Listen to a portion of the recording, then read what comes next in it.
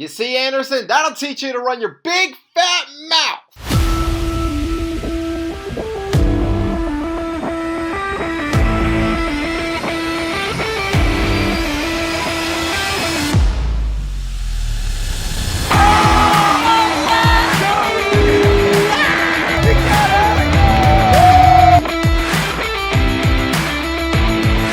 What's up, everybody? TM Fanatic here. Hope you all are having a fantastic day, and welcome to another post-game reaction. In this one, I'm continuing my coverage of my Nashville Predators, and in this game, we got ourselves a thrilling one to talk about. Predators beats the Calgary Flames. We win 4-3. Lots of craziness happened in this game. A lot of goals took place. Lots to talk about, so let's go ahead and dive right in. You know, coming into this game presented us with a very interesting setup here.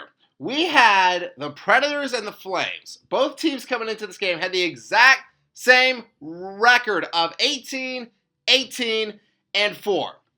And both, as of late, were playing very solid hockey. The Predators were 6-4 in their last 10. The Flames were 7-3. In their last 10. But with that being said, you know, despite both of these teams being pretty hot, despite that, coming into this game, both the Predators and the Flames were not only at the bottom of the West standings, but they were toward the bottom of the league standings. And the West has been, like, so close. Like, it is still anyone's game as of right now. Like, any one of those teams right now in the Western Conference are very capable of making the Stanley Cup playoffs. Well, except maybe for Vancouver. But anyway, with all that being said, I wanted to put all that out there because this, no doubt, was an emotional game. This was a hard-fought game by both teams. I'm very thrilled that we got the win. So let's go ahead and dive into why. So in this first period, I thought the Predators, we had very good net presence, but once again, here comes this theme of us allowing the first goal, and we do it once again, like very early, a minute 56. Flames win the draw, and then Weegar, he has it at the line. He passes to Kuznetsov. It was a long shot, but it goes in. Yeah, this is, it's kind of interesting to me. Because, again, the Predators have been pretty good. We've been playing well. We've been winning some games. But we've now allowed the first goal in our last 4 games now. We've won 3 of them. So there's no doubt that the Predators, like, we are capable. We are capable of coming back. And, you know, I want to make this point at the very end. Because, you know, I think it's important that we don't just rely on the basis of just, oh, like, we'll just, like, come back. Because, like, that in turn, that could turn into these situations where we have, like, slow starts. And, like, I don't want that. Nuh-uh. No, sirree. We saw that against the Kraken, where Seattle, they got it to, like, the 2-0 lead. And so it was kind of like the Vegas game, where it was like, okay, like, we're down 2. It's fine, but, like, we will come back. But then, you know, Seattle, they got a goal like 10 seconds later. It was 3-0, and then we really weren't able to climb out of that hole that we dug ourselves into. So I wanted to make that point, and I will make it again toward, like, the end. But, like, I love that we are a big-time, like, comeback team. I love that about us. I just don't want us to be lazy and be, like, codependent on like trying to come back every single game. Because we are better than that. We are capable. And we have the players and we are able to score. And we do right here. So soon after Bruno, Coach Brunette, his successful challenge of Gallagher's goal being offside. 11-19, Stamkos. He goes around the net. What an effort by Steven here. He had a shot that hit the post like right before this. But Stamkos, he gets right back up. He gets right back out there. He goes around the net. He finds Haula, and he scores, baby. Haula. Eric Haula, he's been playing great. And you know what? On his very next shift, he scores again. Eric Haula scores. Just fired a rocket past Wolf into the net. And for Eric Hall, he has been on fire again. This is now his 4th point in his last 5 games. He has been playing great. So, now we can feel it. Both teams have scored. Now the emotion is really starting to, amp up here because shortly after, we got Cole Smith and Lomberg. They're dropping gloves.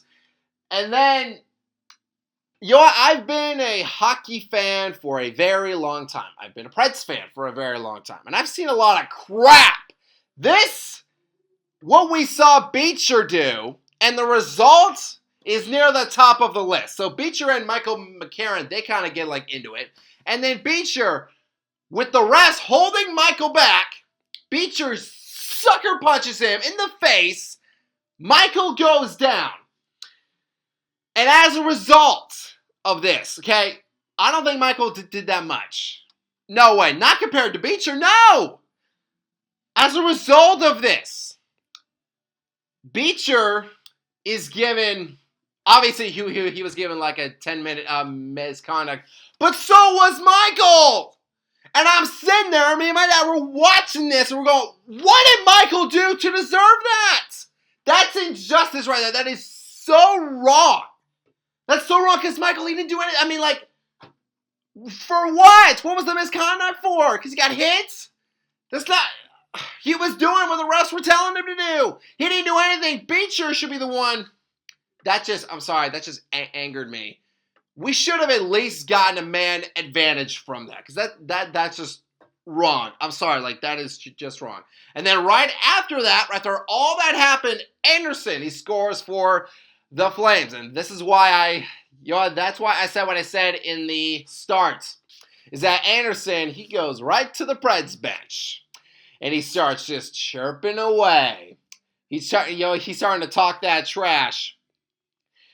And so I'm like, all right, okay, that's how you want to play. Oh, now, so after you get a goal, after your team ties it up, now it's like, okay, so now, you want to talk trash. Okay, see how it is.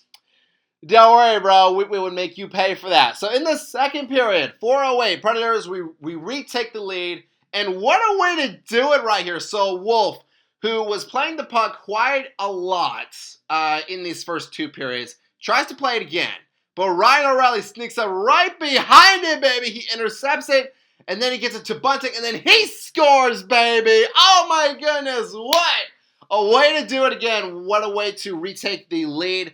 And then I could not think of anything more sweet than that. But then Haig comes out there after Beecher sucker punched Michael. Haig just beats him up, beats him down to the ground, baby. And Michael McCarron, he's a guy that surely I don't think he needs anyone to stand up for him. But I love that moment. That shows the team bonding right there. Haig, he's standing up for his guy and he's beating up Beecher, baby, and I loved it. So, we go to the third period. Big moment here. 12:49. Coleman, right near the net. He tries to pass to Coronado, but the puck deflects off of Saros, and it goes in. Stinks how that happened, but it is now a 3-3 game. So, as time is winding down, I'm kind of starting in my mind. I'm starting to go, all right, it's going to be another overtime. Maybe a shootout. Who knows? Let's go, boys! I love this. Less than 30 seconds left. Haig from the blue line. He just takes this shot. He fires it on net, and it goes in, baby! Woo-hoo-hoo!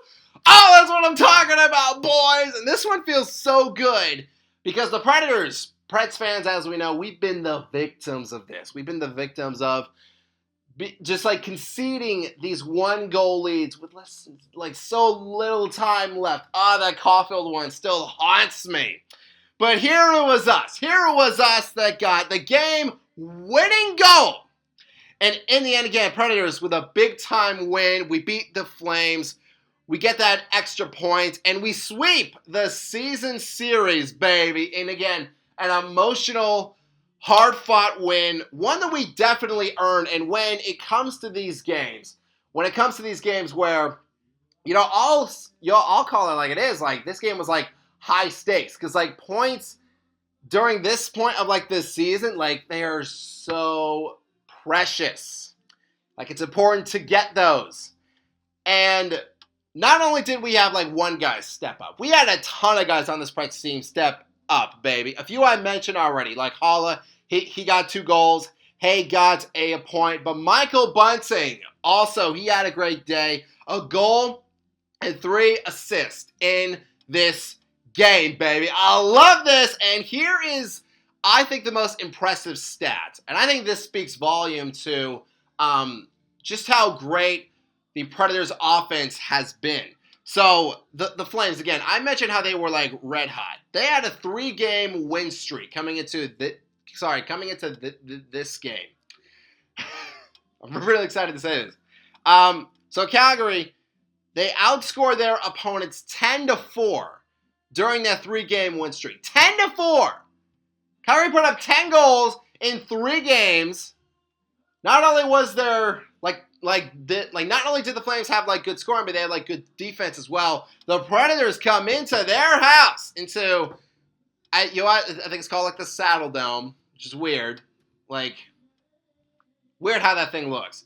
But anyway, we come into their house, their arena, and we put out 4 goals in order to get those precious points, baby. Predators, again, with a big-time win, and just, one that I feel like we needed. Like, we needed a big-time bounce back from that cracking game. And for this road trip, I know it's been tough for us. I'm glad that we got some wins, we got some points. It is not done yet. We still have one more game to go before we head back home and play the Islanders. And we're playing perhaps the toughest team on that schedule, the Oilers. One of the best teams in the West, one of the best teams in the league. So, boys, you know what? Let's fire up, baby. Let's go to their place, and let's show that fight on both the ice and, if needed, with our fists. But, fans, that is going to do it for this post-game reaction. Thank you all so much for watching. If you all enjoyed this video, hit that subscribe button, hit that bell, and you can join our Fanatic Army. And a honey salutes to all of you as always, and I hope that all of you have a fantastic day. Go Preds!